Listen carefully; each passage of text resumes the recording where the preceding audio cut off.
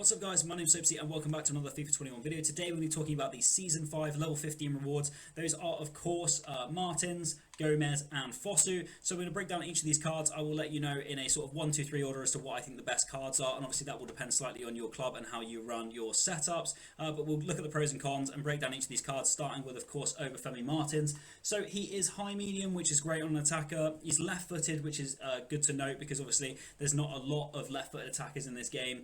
And obviously you do want a good left-sided striker sometimes. 3-star skill moves is the one thing on this card that is going to let a lot of people down. If you're a high-level skiller, if you like the 4-star, 5-star skill setup, this card isn't going to be for you. If you can get by without it though, 4-star weak foot's great. And he's got a lot of good stats on his setup. Obviously the 94 pace, 98 acceleration, 91 sprint speed. If you've got a sprint and acceleration disparity, that's how I would prefer it. You really want the acceleration first.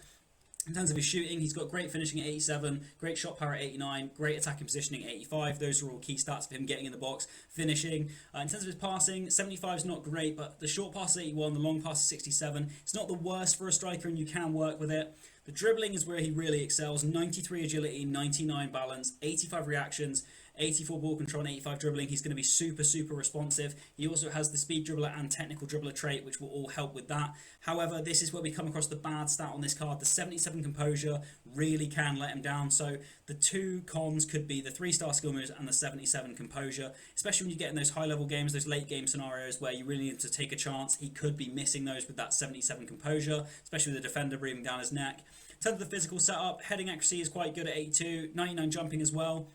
86 stamina on a striker is great, 85 strength should be fine, and 70 aggression isn't too bad either. Overall, it's a good card, good setup. In terms of his linkability, Nigeria has a couple of good players. You can, of course, strong link him if you've got a JJ Okocha icon anywhere. And then, of course, the CSL isn't the worst as well. There's a couple of special cards in there that you can link him to. If you took Dembele as well, he'll, of course, link to that card from last season.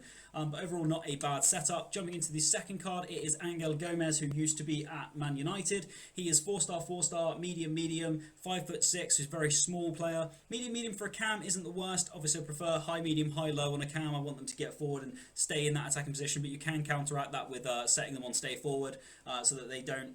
So that they make those more attacking runs and they really stay up the pitch. In terms of his pace split, it's not a bad pace split. He's a little bit slower, but of course he is a cam, so you can't really expect the super lightning speeds of wingers and strikers necessarily. In terms of his shooting, 85 attack positioning, 84 finishing and 82 shot power are all reasonably good. In terms of the top of the box, he's got 88 long shots. He also has 87 curve. Looking at the passing, 89 vision, 87 short pass, 87 long pass, those are all great stats. He's got really good passing as well. Then when we get to the dribbling, 95 agility, 96 balance, 85 reactions, 87 ball control, 88 dribbling, and of course 85 composure. That is virtually a dream setup as far as an 86 rated card goes. Those stats are absolutely mad. Then when we get to the physicals, of course, he's 5'6" anyway. He's not going to be leaving the ground with 60 jumping, 64 heading accuracy as well, not going to help him. So he's not going to be winning any headers anytime soon. Strength and aggression, as you'd imagine, are slightly lower. But overall, it's a very good card. As a cam setup, I think it's pretty much everything you would want except for the medium work rates. In terms of his traits, he's got technical dribbler, he's got playmaker, long pass, and the finesse shot trait, which is all great. I personally think this Gomes card is fantastic. The only real con for me would be his medium, to be honest. Moving on to the third card, which is Fosu from Brentford. He obviously strong links to the Henry card that we got from the Championship. High-low work rates is phenomenal. A lot of the best cards in the game have high-low work rates.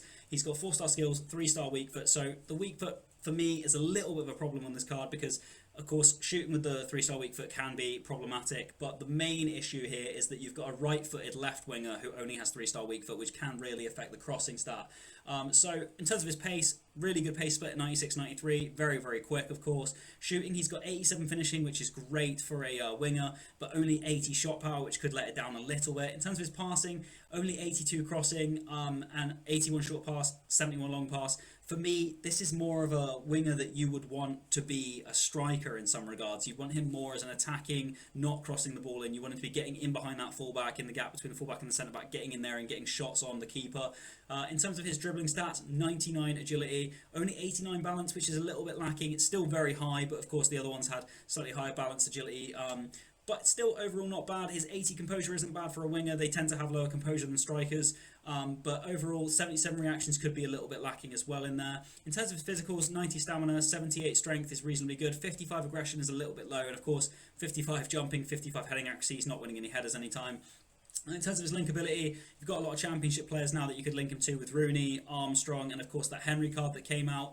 Overall, not a lot of great Ghanaian players to link to, but it's still a reasonably good card and it's quite linkable, to be honest. Overall, in terms of ranking these three, I would say Angel Gomes by far and away is the #1 pick, and then it really comes down to what team do you run and what setup do you want to have. Like, if you're someone that wants to go for fun, you remember Obafemi Martins, then go with Obafemi Martins. But of course, if you're trying to run him in a high level team and you're a skiller, it's not going to work for you. In terms of Fosu, if you've got a lot of championship players, if you're a Brentford fan, you're a Ghana national team fan, go for Fosu. He could be a great card. But overall, in terms of the card build, Angel Gomes, linkability, he's Portuguese league, which isn't great, but he's English, and there's a lot of English cards this year that are very, very good in this game. I think Angel Gomes is the one here, and that's who I will probably be taking. Hopefully this video helps you make a decision on which one you want to get, guys. If you like the video, please leave a like. If you want to subscribe to me, you can. Make sure to check me out on the socials below. My name's Fosu, and I'll see you guys later.